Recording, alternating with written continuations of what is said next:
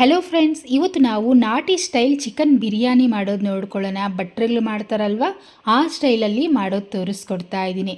ಮೊದಲು ಮಸಾಲ ರುಬ್ಕೊಳ್ಳೋಣ. ಮಿಕ್ಸಿ ಜಾರಲ್ಲಿ 10ರಿಂದ 15 ಸಾಂಬಾರು ಈರುಳ್ಳಿ ಹಾಕ್ತಾ ಇದ್ದೀನಿ. ಹಾಗೆ 2 ಗಡ್ಡೆಯಷ್ಟು ಬೆಳ್ಳುಳ್ಳಿ, ಅಂದರೆ ಒಂದು 20 ಎಸ್ಲಷ್ಟು ಬೆಳ್ಳುಳ್ಳಿ, 2 ಇಂಚಷ್ಟು ಶುಂಠಿನ ಸೇರಿಸ್ಕೊಳ್ತಾ ಇದ್ದೀನಿ.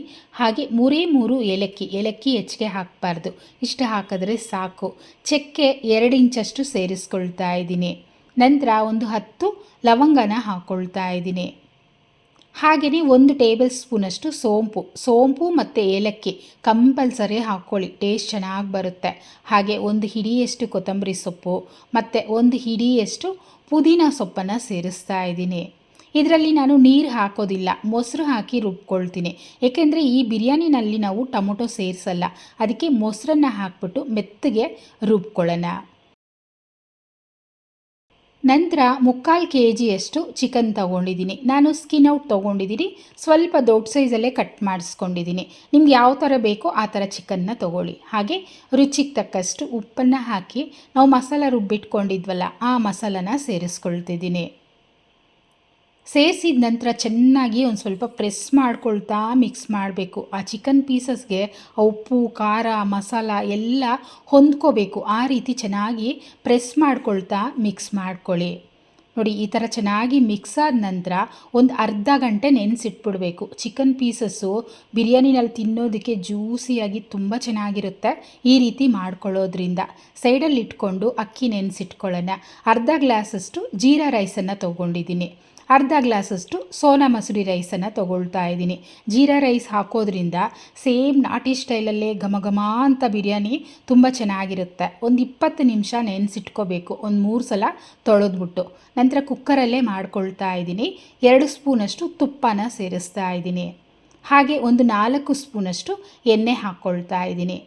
ಬಿಸಿ ಆಗಿದ್ದೇನೆ ನಾವು ನೆನೆಸಿಟ್ಟಿರೋ ಅಂಥ ಚಿಕನ್ ಪೂರ್ತಿಯಾಗಿ ಸೇರಿಸ್ಕೋಬೇಕು. ನೋಡಿ, ಇಲ್ಲಿ ನಾನು ಬಿರಿಯಾನಿ ಸ್ಪೈಸಸ್ ಏನೂ ಹಾಕಿಲ್ಲ, ಏಕೆಂದರೆ ಏಲಕ್ಕಿ ಸೋಂಪು ಹಾಕಿದ್ದೀವಲ್ಲ, ಅದೇ ಸಾಕಾಗುತ್ತೆ.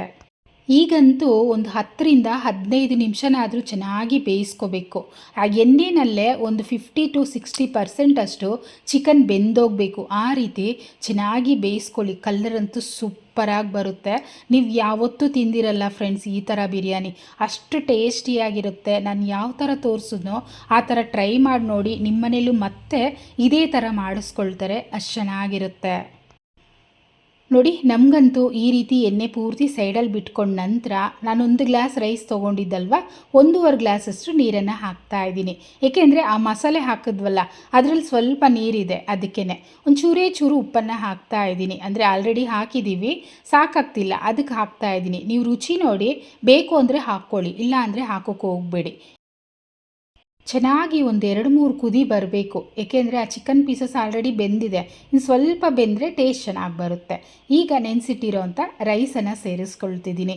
ನೀರು ಹಾಕಬಾರ್ದು, ಬರೀ ರೈಸನ್ನು ಮಾತ್ರ ಸೇರಿಸ್ಕೊಂಡು ಒಂದು ಸೈಡಿಂದ ನಿಧಾನಕ್ಕೆ ಮಿಕ್ಸ್ ಮಾಡ್ಕೊಳ್ಳಿ. ಅಕ್ಕಿ ನೆನೆಸಿಟ್ಟಿರ್ತೀವಲ್ಲ, ಒಡೆಯೋ ಚಾನ್ಸಸ್ ಇರುತ್ತೆ. ನೀವು ಒಂದು ಪ್ಲೇಟನ್ನು ಮುಚ್ಚಿಟ್ಟು ಹಾಗೆ ಮಾಡಿಕೊಂಡ್ರೆ ಇನ್ನೂ ಟೇಸ್ಟ್ ಚೆನ್ನಾಗಿರುತ್ತೆ. ಟೈಮ್ ಇಲ್ಲ ಅಂದರೆ ಮಾತ್ರ ಕುಕ್ಕರ್ ಲಿಡ್ಡನ್ನು ಕ್ಲೋಸ್ ಮಾಡಿ 2 ವಿಸಿಲ್ ಕೂಗಿಸ್ಕೊಳ್ಳಿ. ನಿಮ್ಗೆ ಈಸಿ ಆಗಲಿ ಅಂತ ನಾನು ಲಿಡ್ ಕ್ಲೋಸ್ ಮಾಡಿ ಮಾಡೋದನ್ನು ತೋರಿಸ್ಕೊಡ್ತಾ ಇದ್ದೀನಿ. 2 ವಿಸಿಲ್ ಆದ ನಂತರ ನೋಡಿ, ಓಪನ್ ಮಾಡ್ತಾ ಇದ್ದೀನಿ. ಘಮ ಅಂತ ವಾಸನೆ ಬರ್ತಾ ಇದೆ. ಆ ಜೀರಾ ರೈಸು, ಏಲಕ್ಕಿ, ಸೋಂಪು ಮತ್ತು ತುಪ್ಪ ಎಲ್ಲ ಹಾಕಿದ್ದೀವಲ್ಲ, ಅದರ ಫ್ಲೇವರ್ ತುಂಬ ಚೆನ್ನಾಗಿ ಬರ್ತಾ ಇದೆ. ಟೇಸ್ಟ್ ಅಂತೂ ಎಕ್ಸಲೆಂಟಾಗಿತ್ತು. ನಾನು ಫಸ್ಟ್ ಟೈಮ್ ಟ್ರೈ ಮಾಡಿದ್ದು, ಅದಕ್ಕೆ ನಿಮಗೆ ವೀಡಿಯೋನಲ್ಲೇ ಹಾಕ್ಬಿಟ್ಟಿದ್ದೀನಿ.